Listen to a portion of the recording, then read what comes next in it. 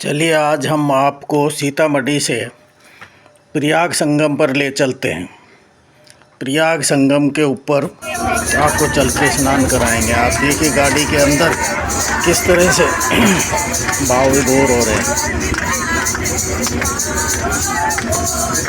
नृत्य चल रहा है, भजन चल रहा है।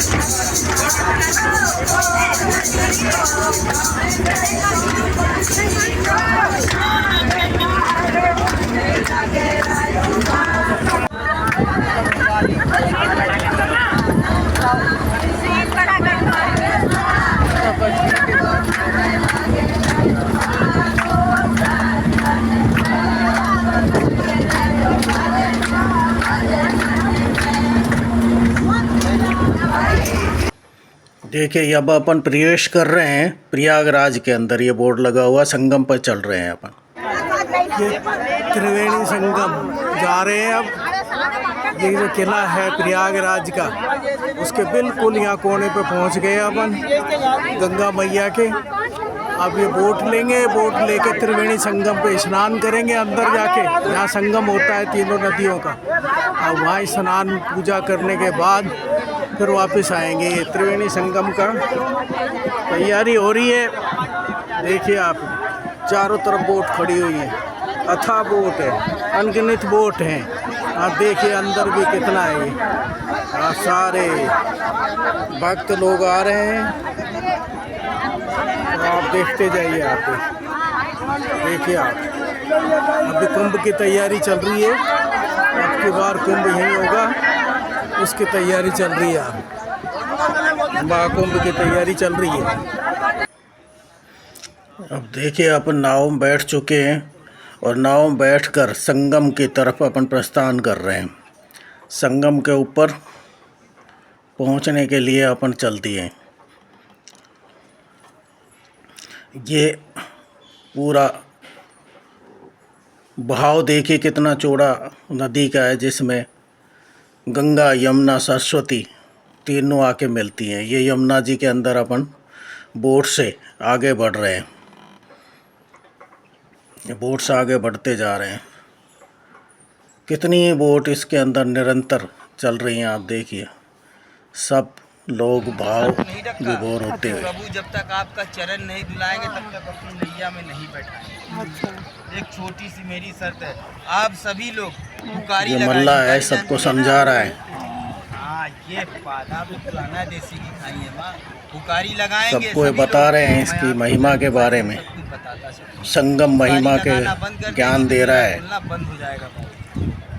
गलत तो नहीं बोला। यहाँ पर क्यों आना चाहिए, ना, सभी लोग सुनते चल रहे हैं। क्या क्या करना चाहिए, उसका क्या क्या फल मिलता है। सुनेंगे बाबूजी तो ज्ञान मिलेगा, नहीं सुनेंगे। ये अक्षय वट का पेड़ पूरे भारतवर्ष में पूरी महत्ता पहला इसकी ये बताएगा। भगवान विष्णु के मुख में, दूसरा चरण पादुका गया जी में, तीसरा पेड़ ये धरती पे कहीं पे भी। इसी जगह भगवान राम ने अपने पिता दशरथ जी का पिंडदान दिया। तब तीर्थराज प्रयाग में रुक करके अपने पिता दशरथ जी का पिंडदान दिया। इधर में जिनके माता पिता सास ससुर भाई बंधु नहीं रहते हैं, तो उनके नाम से वहाँ त्रिवेणी में पिंडदान भी होते हैं। ये भगवान विष्णु का मुख्य तीर्थ प्रयाग। यहाँ हमेशा पिंड होता है। क्यों होता है? क्योंकि यहाँ भगवान विष्णु का मुख खुला रहता है। अभी आप कहीं जब मुख खुलता है कुछ ना कुछ खाने के लिए। गया जी में माता सीता ने दिया था पिंडदान, अपने ससुर दत्त के पिंडदान होते हैं।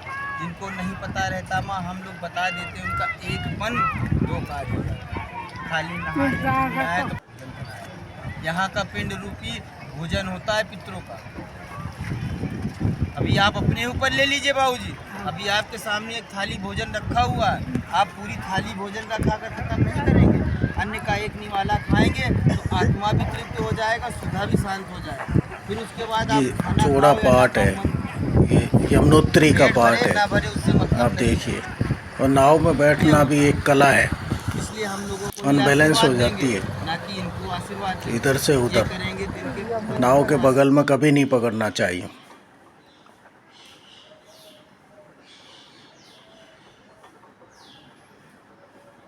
आप देखिए संगम स्थल पर कितनी बोट इकट्ठी हो चुकी है। ये आपकी दिल्ली, आगरा, मथुरा, चारों तरफ जल ही जल है। प्रयाग आती है। दिल्ली में जाते हैं, आगरा में जाते हैं, मथुरा में जाते हैं, कहीं कितना जल नहीं रहता। उधर से आते आते इसमें 3-4 बहनों का मिलाव बनता है। इस मल्लाह की जैसे कि आवाज़ में आप केन नदी मिलती है, चम्बल नदी सारी मिलती है, यहाँ की बेतवा नदी मिलती है, तब आकर के तीर्थराज व्यवस्थाओं के बारे में सुनिए। गहराई जाता है। और उत्तर दिशा से माँ गंगा आती है। वो आपकी गंगोत्री, हरिद्वार, ऋषिकेश, चारों कानपुर होती है, तरफ तीर्थराज प्रयाग आती है। कहाँ से यमुना वहाँ आती त्रिवेणी है, में जाएंगी नहीं, कहाँ से आपको गंगा वहाँ आती दो है, नदी, और गंगा माता, सरस्वती यमुना माता, किस तरीके से माता सरस्वती अंतर्वाहिनी अदृश्य होकर दिखाई सम्मिलित नहीं होती है। पड़ती। दिखाई क्यों नहीं जो पड़ती है बाबूजी? दिखाई जैसे नहीं हम आप देती है, बोलते लेकिन नहीं है, संगम हम आप स्थल के बोलते हैं अंदर ना, मेरी वाणी इन आपको दोनों नहीं दिख नदियों रही, के साथ ना ही समाहित है। आपकी वाणी मुझे दिख रही है, सिर्फ सुनाई पड़ रही है।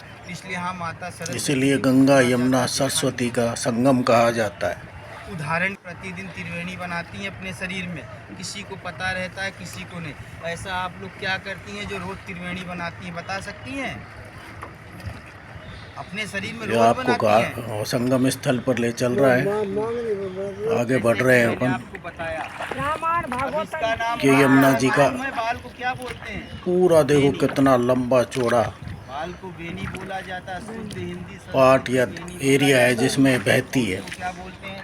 त्रिवेणी। उधर इन्हीं के नाम से गंगा हम आती पहला है पग स्नान उत्तर भी की नहीं तरफ होता। से। अब ये पूरब से घूमती आप हुई सभी जगह जाते पश्चिम की होंगे, तरफ मंदिरों में यहाँ जाते से होंगे, मस्जिदों में जाते होंगे, गंगा गुरुद्वारे में प्रस्थान जाते कर होंगे, रही है का श्रृंगार और सरस्वती में ली हुई है इसमें। मैया को भेंट करते हैं, फिर उसके बाद चरण डाल कर स्नान करने से पहले, श्रीफल नारियल डालने से पहले माँ से ये आग्रह करते हैं कि हे गंगा मैया, मैं आपके जल में चरण डाल के स्नान करने जा रहा हूँ, कृपा मेरे इस फल को स्वीकार करें माँ, और मेरे शरीर का दुख दाली, कष्ट व्याधा आप इसी नारियल के साथ अपने धारा।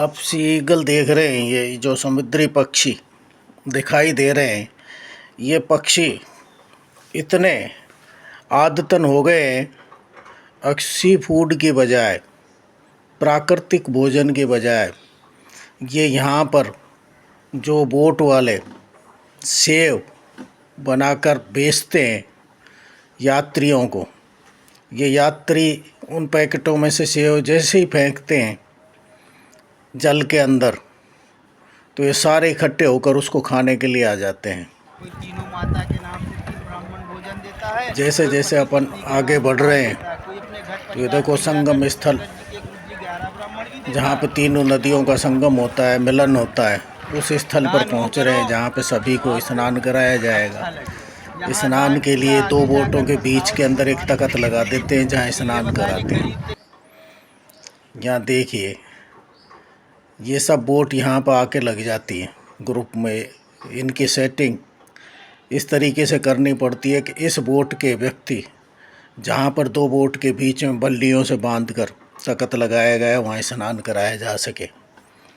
बड़ी सावधानी से ये सारा कार्य निपटाना पड़ता है, बहुत सावधानी रखनी पड़ती है। आप देखिए कैसे जमघट लगा हुआ है संगम स्थल पर बोटों का। सभी को सेफ्टी बेल्ट, जैकेट पहननी पड़ती हैं, जिससे कोई ख़तरा हो तो इससे बचाव के लिए सहयोग मिल सके। आप देखिए सभी भक्तजन जो यहाँ आते हैं सभी स्नान करते हैं।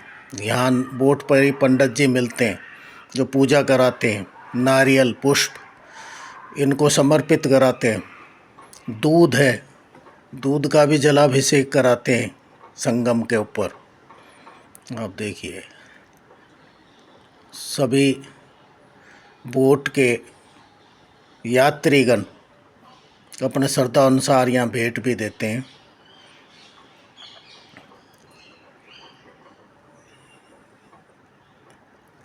यहाँ स्नान करने के उपरांत फिर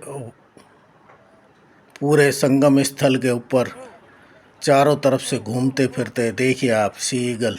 जैसे ही ये नमकीन डाली जाती है, सेव डाली जाती है, तो झुंड का झुंड आकर टूट पड़ता है भोजन के लिए।